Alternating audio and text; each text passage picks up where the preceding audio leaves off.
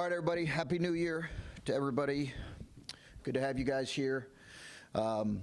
Getting ready for what's to come here with the start of Big Ten play, or the resumption of Big Ten play. Really good, tough-minded Rutgers team. You probably heard me on the radio show talk about how close these games have been with us last couple years. They are a tough-minded, physical, great length across the board. Be a great challenge, and then obviously really good Indiana team on Saturday. So full week, and our guys are focused on here. They enjoyed the West Virginia win, but we're focused on moving on to Big Ten play. Rutgers has a top 20 defensive rating right now. Just what challenges do they present on that end of the floor? Their length, their physicality. They change defenses, so we're going to see a combination of different defenses, and they're really good at all of them. They press, which can take you out of things. Their press does a good job of being disruptive, yet at the same time shortening the shot clock, making it a situation where you're working with a limited shot clock. So all those things, but more than anything, like any good defensive team, you can just tell they've got great defenders, but they also have a team-wide commitment to it, and they've been another really good defensive team, and a lot of it's anchored by one of the best shot blockers in the country too. You guys entered this stretch last year with a similar record. That's January, February, obviously full-time Big Ten play.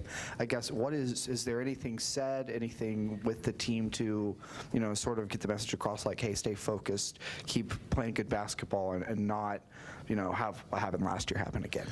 No, I think we've talked about that enough. We've talked about some of the challenges that we faced last year, and really in some ways we have looked at those as a really positive thing for us here, in terms of learning from that experience and moving forward. But listen, it's a different schedule than what you play in November and December. It's apples and oranges. So the whole idea of I've shared example after example of, you look at UConn. They went through a stretch last year, I think, where they lost 5 of 6 or 6 of 7. Purdue lost 3 out of 4 last year. This is the reality of league play. Arizona loses at a Stanford team earlier in the week by 20 plus. It's the challenge of league play all over the country, and those that are in it, they get it. Those that have coached or played or observed college basketball, they get it, they understand it. Not everybody's going to understand it.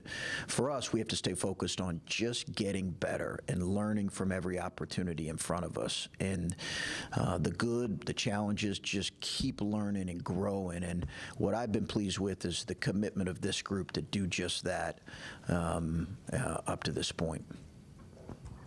You talk about an elite defensive team that changes defenses. How much is on Bruce's shoulders as the game is going on to sort out what's being thrown at them and adapt? How much of that can you coach in the moment? What's the key to handling that? Yeah, we need to prepare them as well as we can, Adam, and make sure that we're being aggressive, appropriately aggressive against it, and it's hard to mimic their size and length and speed, against that you're going to see. So some of it, a little bit like the West Virginia zone, where it took us a minute, took us too long, but took us the last part of the first half to kind of figure it out. And then once we had much better movement in the second half, we really attacked it well. I think there'll be some moments where we got to figure some things out, but you want to stay aggressive in terms of your attack. That seems like it's maybe a common thing that you've talked about when you face some of these zones that have maybe thrown you. You've talked about just being more aggressive, more ball movement, things like that. Yeah. How do you coach that, and where is this team as far as needing to play with that type of aggression and movement to solve whatever defense is thrown at it? Well, we were really good in the second half. Our OER against the zone was good. It was a number you would definitely take for an overall OER offensive efficiency rating for the game.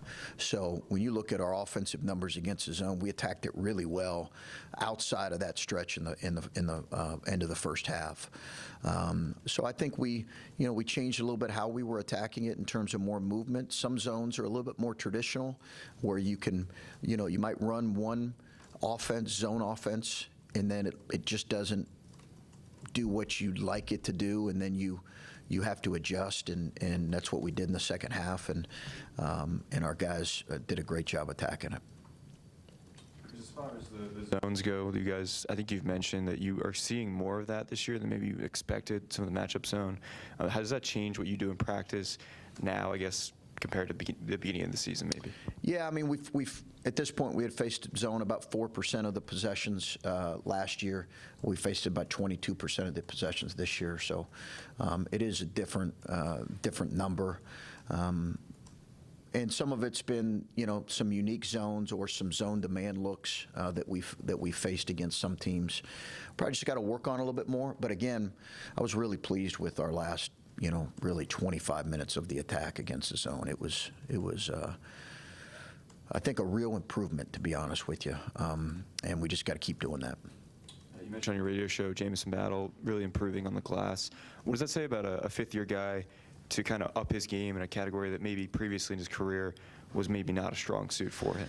Yeah, no, I think he's really embraced that aspect of his game. It needs to be a part of who he is as a player right now, as opposed to just a perimeter scorer and a gifted scorer. He's got to become a complete player in terms of his defense and his rebounding.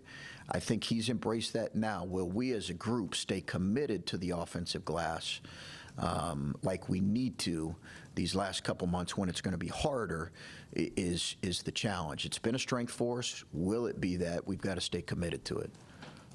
Did you have You mentioned the Rutgers press. Obviously, having a guy like Bruce, that makes it nice to attack. They're obviously going to get the ball out of Bruce's hands. Yeah. How do you feel about the other guys on your team having that ball control and security going up against that press? Good.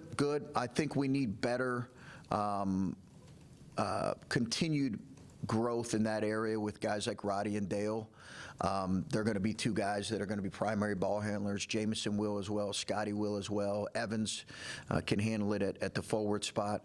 I think we need improved play. But you look at Roddy's numbers. If Roddy can continue to limit some of his careless turnovers, his playmaking has been outstanding.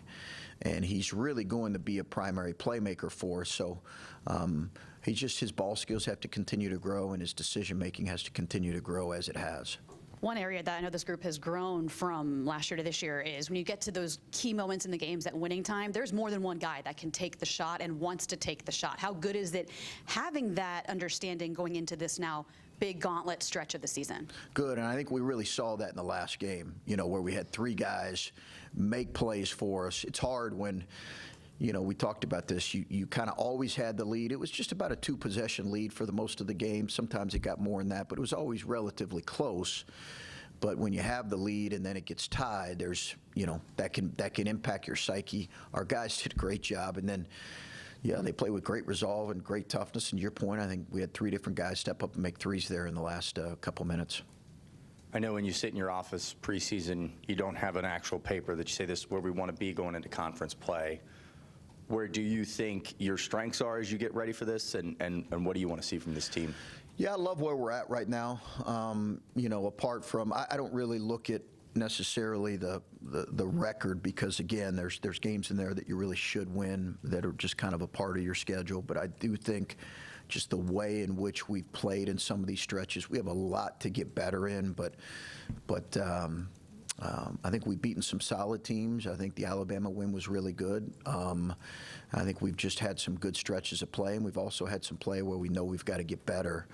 I think we identified some things coming out of Christmas, 4 areas that we've got to continue to grow in, and that's really been our focus. Beyond anything else is just improving daily on those 4 areas, and I think we've got to continue to take steps in that, and that will help us, grow as a group. What are those 4 areas? Yeah, some of them you would guess by watching us. Probably you would say, hey, that kind of makes sense. I don't have to be a coach and coach for 30 years to figure out you got to get better in that area. But I've kept those between us right now. But a couple of them you'd say, yep, that makes sense. And then when you put together a team in the offseason, obviously transfer portal is a whole new thing, but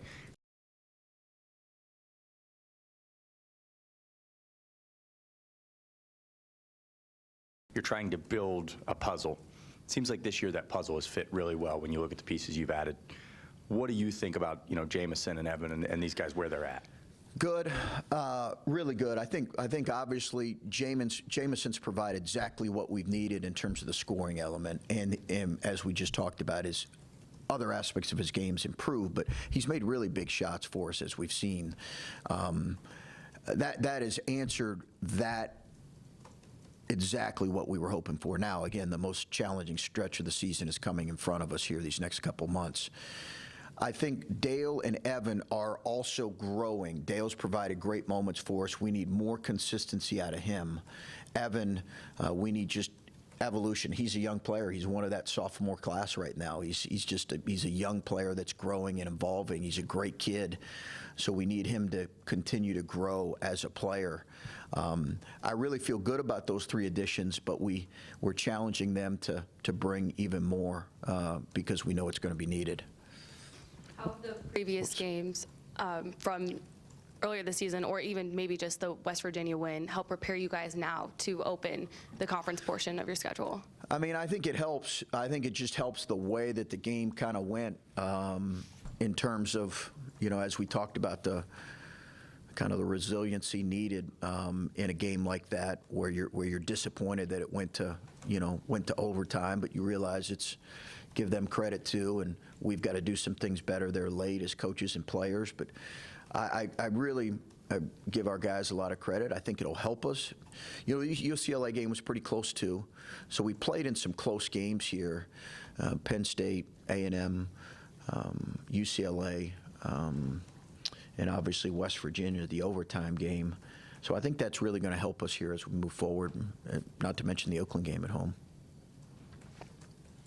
Just your overall assessment of Big Ten as you head in. I know generally what you think of it, but this year specifically, from all the teams you've watched, what are you guys kind of getting yourselves into here? I haven't been able to watch maybe a ton. And I'll be honest with you, if I have a free night, I don't love to watch the Big Ten. I love the league, but it gets me working and gets me a little anxious, and the heart rate gets elevated. And I'd rather, if I'm going to relax, maybe watch another league that I haven't watched, just to kind of get my mind focused on something different, or I'll watch the NBA. So in my free time, I don't watch a ton for that reason.